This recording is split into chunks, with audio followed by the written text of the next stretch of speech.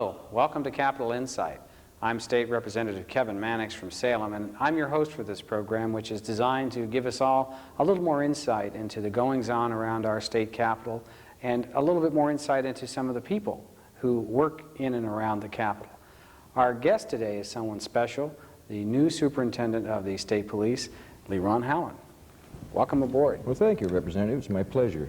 You just were approved by the Senate, and as we're speaking, you're still pending official swearing in, but as of October 1, you have stepped into the role as Superintendent of the State Police. Yes, I have, and I'm very excited and honored to be appointed by the Governor and confirmed by the Senate for this position.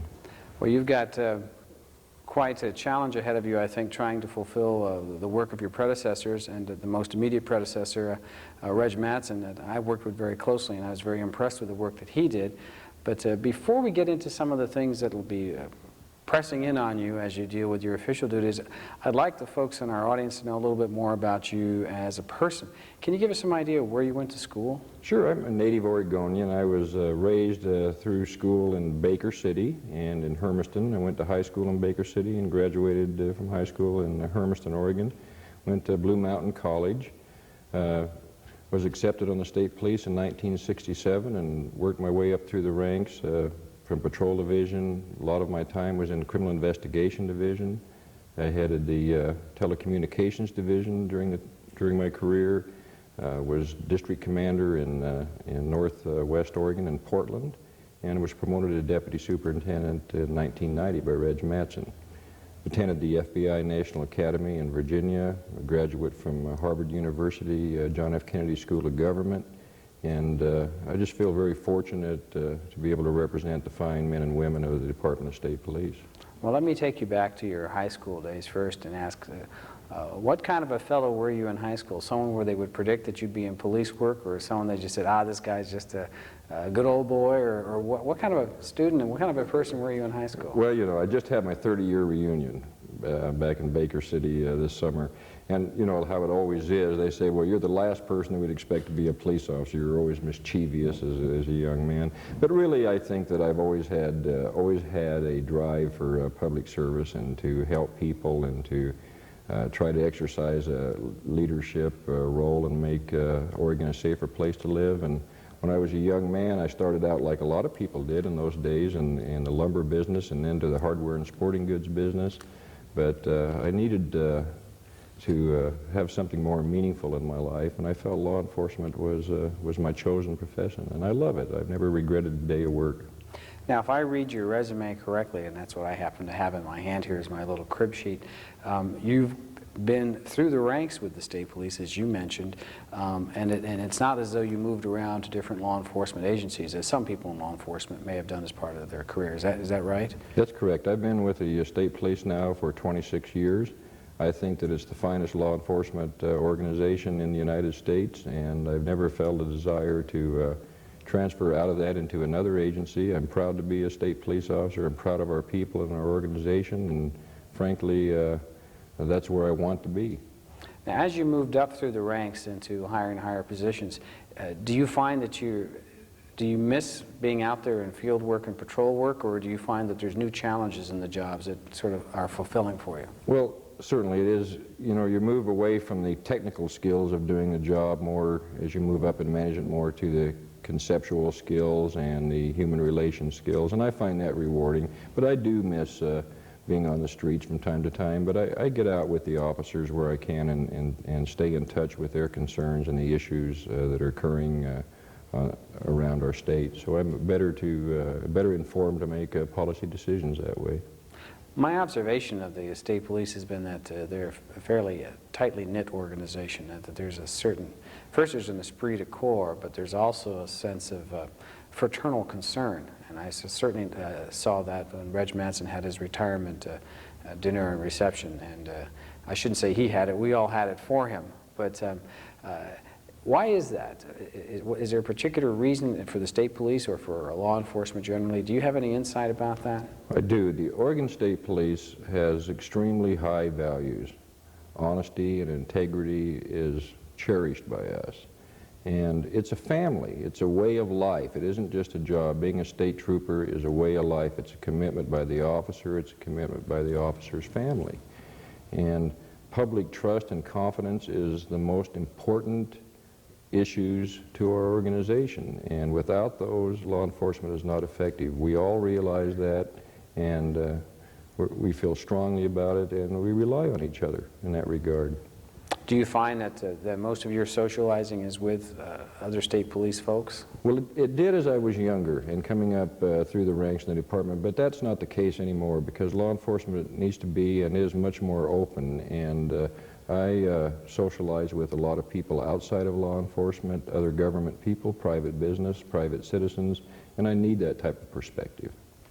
As you head into your new position as superintendent, are there some things that you want to fight to maintain in terms of the traditions and the operations of the state police? And are there some things you've thought about trying to change over the next few years? Absolutely. One thing we will never change is the integrity of the organization. As superintendent of the department, I'm expected and I will strongly uphold the integrity of the Oregon State Police. That's one thing we will never compromise. But there will be changes in law enforcement. You know, you've got to consider this, Representative Mannix, which I know you're well aware of, is right now the citizens of Oregon have a distrust for government. There's a lot of cynicism about the criminal justice system in general. People don't quite understand how the government is spending their dollars, and they're afraid. Crime right now is in the minds of just about every Oregonian, and there's an extremely large fear level in our state, and I'm concerned about the increased tolerance of the public for crime. Now, having said that, law enforcement needs to take a look at itself. It needs to, as we're redefining government, the cliche word, we're also reevaluating how law enforcement should work.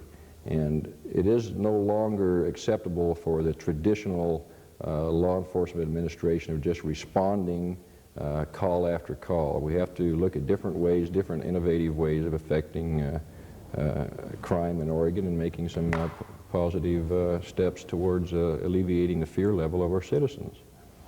Well, as you're going through this process of adaptation, have you thought about returning to some time-honored aspects of police work, such as getting more citizen participation? I'm thinking out loud here just in terms of ideas such as reserves or auxiliaries, folks who might be online and available, or who might even assist the state police through patrol functions and things like that. Yes, we've initiated a volunteer program, and we're also looking at using the state police reserves, which we do have online, that consists mainly of retired members.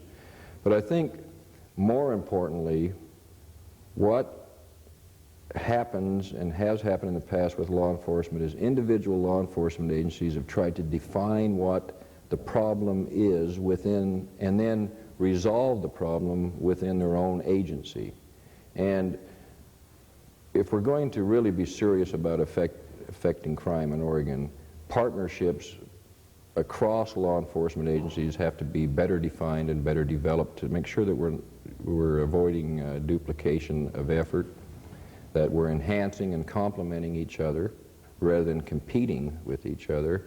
And more than just law enforcement agencies, that has to be extended throughout the entire criminal justice system to include corrections and the courts and prosecution, and with other state agencies, partnerships need to be developed. When you consider that over 50% of the general fund budget of the state of Oregon, which you're well aware of, Representative, goes towards the Department of Human Resources and towards corrections, law enforcement finds itself right in the unique position of being in the middle of human resources and corrections. And I think there's great opportunities for law enforcement to help take a leadership role and help bring those entities together to address the criminal problems in Oregon collectively as one government, not as individual agencies or individual groups of agencies. Well, as we're trying to grapple with that, I should mention statistically, in terms of the general fund, education takes the biggest bite out before we get into government operations. The money that we send out for K through 12 now takes 55% of the state general fund money that we allocate. And I'm mentioning that quickly because you mentioned human resources and corrections. And of course, you're talking about actual state government operations. Yes. When we talk about that. And folks sometimes say, well, we have to prioritize public safety and education. And I'm saying, well, maybe there's better things we can do about prioritizing education, but we've overlooked the public safety component to some extent. And what you're talking about now is trying to work out a greater sense of cooperation among those who are involved in the whole concept of public safety through prevention as well as detention and then rehabilitation. Absolutely. Law enforcement does not like to find itself in a position where it's competing for dollars with senior services, competing for dollars for human resource programs, especially in children areas, and in competing for dollars for education. So I think government just needs to be more effective in reducing turf, working with the legislative process to better define its roles, its separate roles, and to build a more cooperative effort in achieving the benchmarks of Oregon and the goals of Oregon. We need a safer, more livable communities, and law enforcement has an important role in that, but so do the citizens. And I get a little concerned when I hear all the time that the citizens of Oregon are regarded as our clients or our customers, and I agree that they are. But also there is a if you're going to be a citizen of this country and a citizen of this state, there's also a responsibility on the individual citizen to become involved in their communities and to accept the responsibility of a citizen to help solve some of the problems facing our society. And law enforcement and criminal justice are good examples of that. I'm going to pick up on that cue in a moment, but I'll mention to our audience that you're with us on Capital Insight. I'm State Representative Kevin Mannix from Salem. I'm your host. And I'd like you to know that if at any time you have any questions or concerns, you should feel free to write to me at Capital Insight, H395, State Capitol, Salem, Oregon, 97310. And again, that's Capital Insight, H395, State Capitol, Salem, Oregon, 97310. I'd welcome any comments or questions that you may have. And our guest today is the new Superintendent of State Police, Supt Howland. And he keeps calling me Representative Mannix. I'm going to ask you to try to call me Kevin if you can. I'm going to call you Leron if I get away with that. We were just talking now about trying to bring citizens back into the picture here and make folks understand that they're part of the solution here. And my reflection would be sometimes folks say, why don't the police do this, why don't the police do that? Well, the police are there to energize and synthesize our efforts and serve as the official authority, but part of the challenge, I guess, for you is to commission citizens as people who are assisting in this process. A lot of other areas we could talk about, but in particular in public safety, being willing to be the eyes and ears of the police and assist whenever necessary. How do we go about bringing about that dynamic change in thinking to bring people back to that sense of participation? Well, first of all, the citizens of Oregon need to know that law enforcement can never enforce its way out of the crime problem in Oregon. Excuse me. The legislature cannot legislate its way out. No matter how many laws are passed, there's no way that just the laws and the police can solve the crime problems in Oregon. So there has to be a reality check here. The individual citizen has to know and accept the responsibility of getting involved with their local governments, with their churches, with their families, with education, with law enforcement, and with all levels of their community in addressing the concerns of this state. Together we can do this. I don't mean to paint a picture that we can't get out of the situation we're in, but it's pretty scary when you realize that every 10 minutes in this state there's a serious violent crime committed. Every 2 minutes there's a property crime, and every 4 minutes there's a behavioral crime such as drug abuse or assault. The 1 out of 3 crimes is committed by a juvenile, a child under a young person under the age of 18, and that's increased by 78% since 1985. We have to get back and examine the values of what our state stands for, what our families stand for, and we have to become involved. Part of this, I think, is that the police for many, many years, for generations, has said that we're here to protect you and to ensure your safety. And we are, but we can't do that alone. And partnerships have to be developed with our communities, with our citizens, and with other law enforcement agencies. Do you think that we ought to be developing some sort of a volunteer program, building on what you started to refer to earlier, in the sense of having a statewide volunteer effort where people can, in effect, enlist as volunteers to assist the state police, the sheriff's departments? And I know some sheriff's departments have their reserves or their mounted patrol and all of that, but something for the citizen who has something to offer. They may not have all of the skills of a paramilitary organization member, but they may have some capabilities that they could offer to try to get them to enlist in some almost formal fashion of signing on as volunteers to help. Is this something that you think is worth developing? Absolutely. It's not only worth developing, I believe it's absolutely necessary. And the diversity that will come into law enforcement as a result of a concept like that is going to be absolutely beneficial. Law enforcement has been, like you said, a very paramilitary organization. In a lot of respects, it's been pretty closed shop. Law enforcement for many years identified, here are the services we should provide our people, here's what we should be doing for the citizens of Oregon, without actually getting their direct input or involvement into that. And I believe that citizen involvement in law enforcement and the criminal justice system, not necessarily having to be a police officer, but being involved in other areas of law enforcement and law enforcement's obligation to open up those opportunities to the citizens of Oregon and to the diversified people of Oregon is an absolute necessity. And you'll see the state police setting some leadership roles in that regard in the next couple of years. And in fact, now you're starting to allude to that. And I was curious about what kinds of programs you particularly would like to see implemented over the next couple of years for the state police in that respect. Well, like I said, we've had a lot of success in volunteer programs. But we are down state police officers from what we were 10 years ago, 5 years ago. And I have to say that if I'm not saying that we don't need more state police officers or more police officers in Oregon. The legislature knows that, the governor knows that, and the citizens know that we don't have enough police officers out there.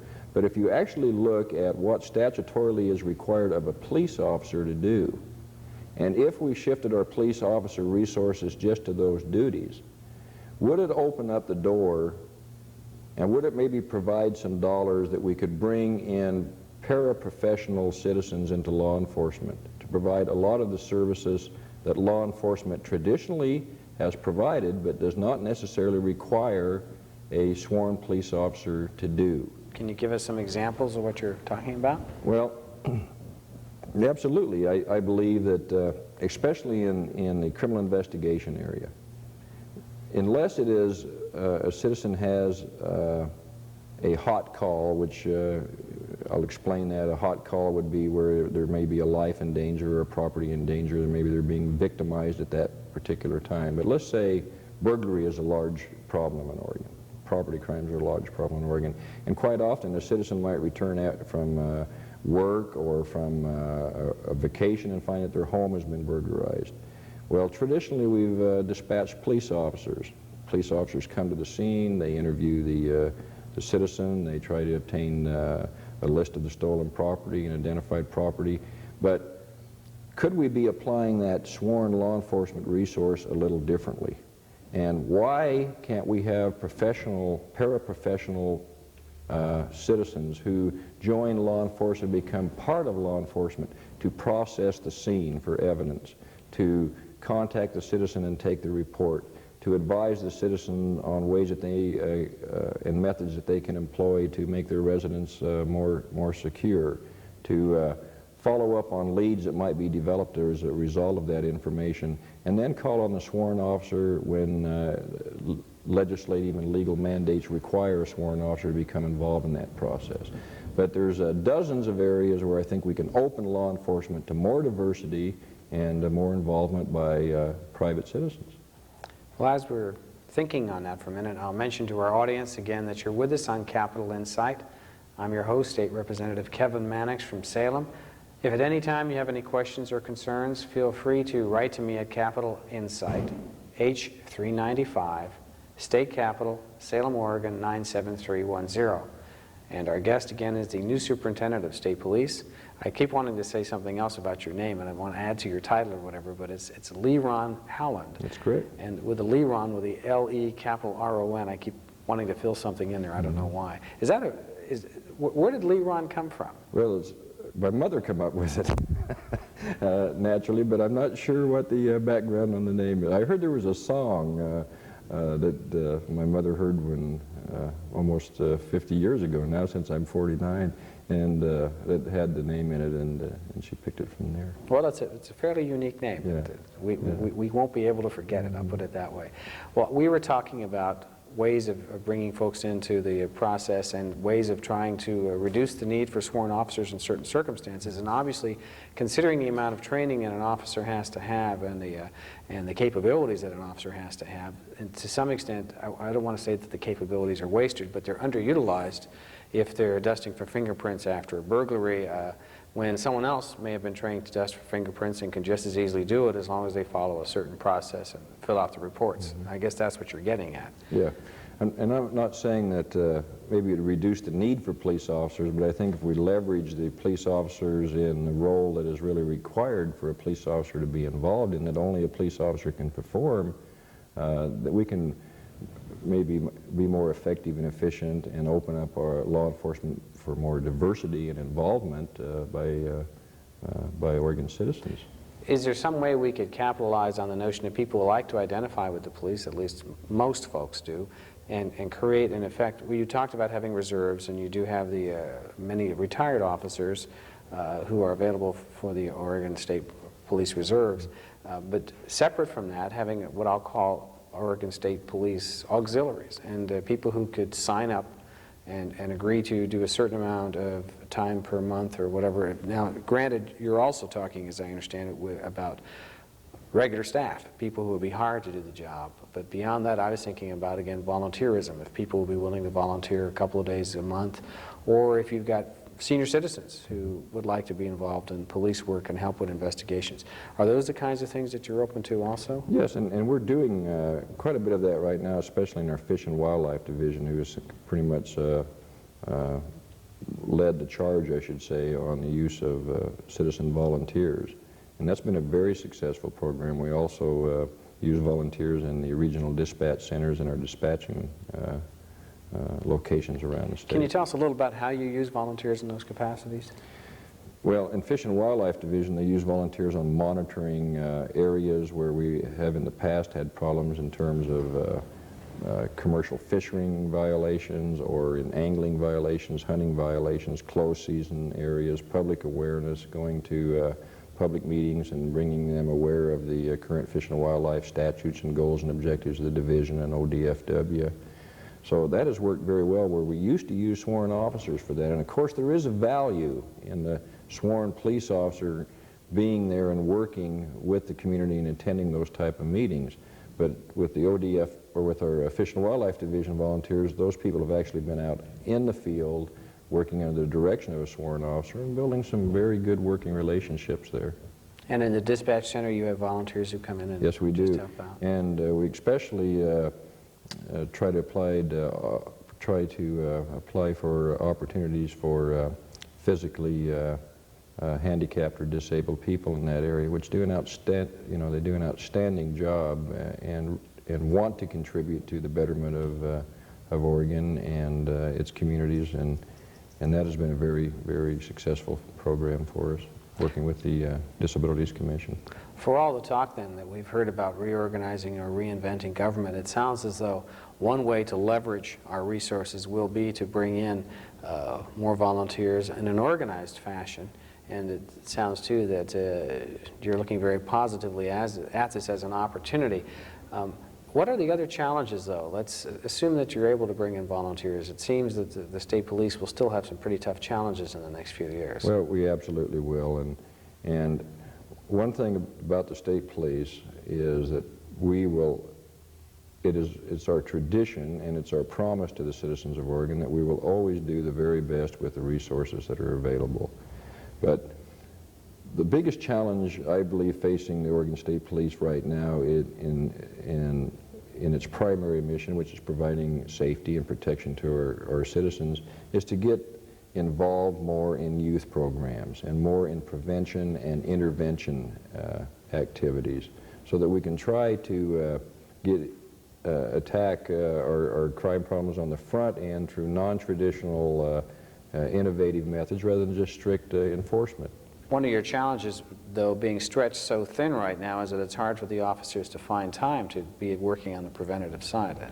It is difficult for officers to find time for that, but as we work more closely with local and county law enforcement agencies, I believe that collectively between those three law enforcement entities, we are going to be able to, through cooperative efforts, find time and the resources to apply towards preventative and intervention programs. It has to be done because, like I said before, we can't enforce our way out of this and we can't legislate our way out of it. We have to have officers that are with human relation skills and are wanting to become more involved with the community in solving the problems at the front end before they become, before our young people will become hardened criminals.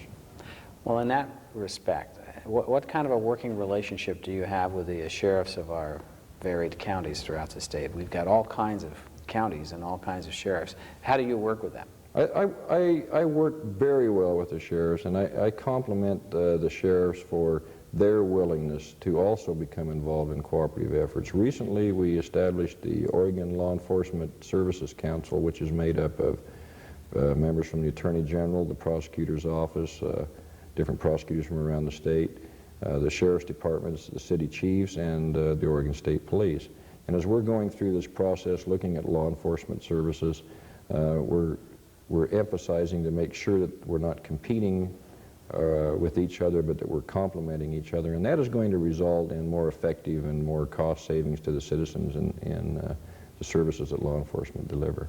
Do you see more coordinated effort then in terms of having officers visit schools, work with youngsters, just keep building on that? Is that part of the effort, working together with them? Absolutely. We're very much involved with city and county law enforcement agencies in the DARE program on attacking drug problems within the schools.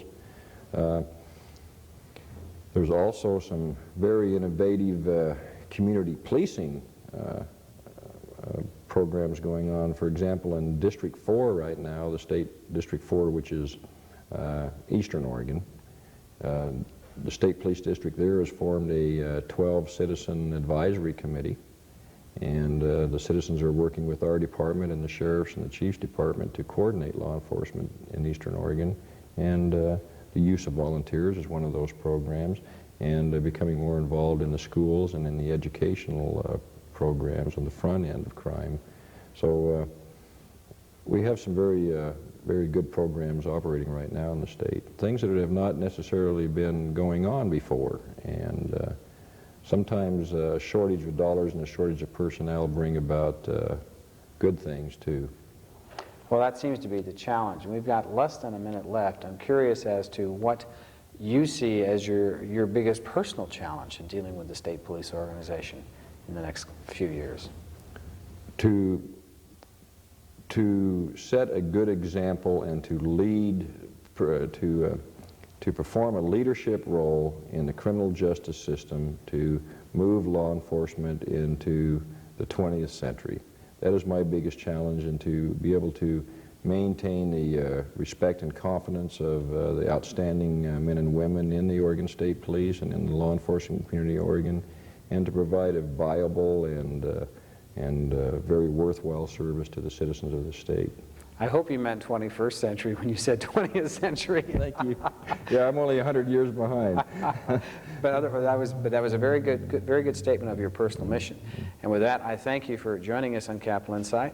I also thank our audience for joining us on Capital Insight. I hope that this has provided you with another view on how things work in government. And again, I always welcome your questions and comments. Thank you again for joining us on Capital Insight.